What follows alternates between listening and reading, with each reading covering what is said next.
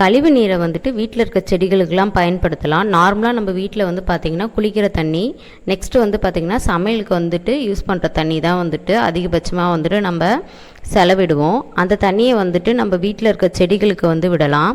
எது மாதிரி செடிகளுக்குன்னு பார்த்திங்கன்னா வாழை மரம், அப்புறம் வந்துட்டு இந்த சேப்பக்கிழங்கு அது மாதிரி பயன்படுத்தலாம். இந்த காய்கறி ஐட்டம்னா கூட சில பேருக்கு வந்து பிடிக்காது.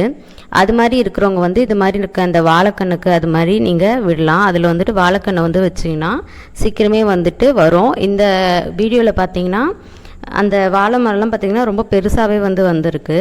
நீங்கள் இது மாதிரி வந்து அந்த தண்ணியை வந்துட்டு மறுசுழற்சி வந்து பண்ணிக்கலாம். அந்த ஒரே ஒரு சின்ன ஒரு கன்று வச்சதே பார்த்திங்கன்னா எவ்வளோ பெருசாக வந்து வந்திருக்கு நீங்கள் பார்க்கலாம். அது கீழே வந்து பார்த்திங்கன்னா வெறும் இந்த குளிக்கிற தண்ணி மட்டும் தான் போயிருக்கு.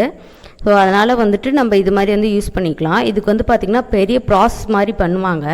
இதை வந்து நம்ம வீட்லேயே வந்து சிம்பிளாக வந்து பண்ணுறதுனால ரீசைக்கிளும் பண்ண மாதிரி இருக்கும். நெக்ஸ்ட்டு வந்து பார்த்திங்கன்னா நம்மளுக்கும் வந்துட்டு ஒரு செடி மூலிமா வந்து பயனும் வந்து கிடைக்கும். நிறைய பேருக்கு வந்து டவுட்டாக இருக்கும், கழிவு நீரில் வந்து வளர்கிற செடி வந்துட்டு நம்ம சாப்பிட்லாமா, அப்புறம் அந்த கழிவு நீரில் வந்து செடி வளருமா, சோப்பு தண்ணி அது மாதிரி இருக்கிறதுனால கேட்பீங்க. அது மாதிரி இருக்கிறதுனால வந்து தாராளமாக வளரும்.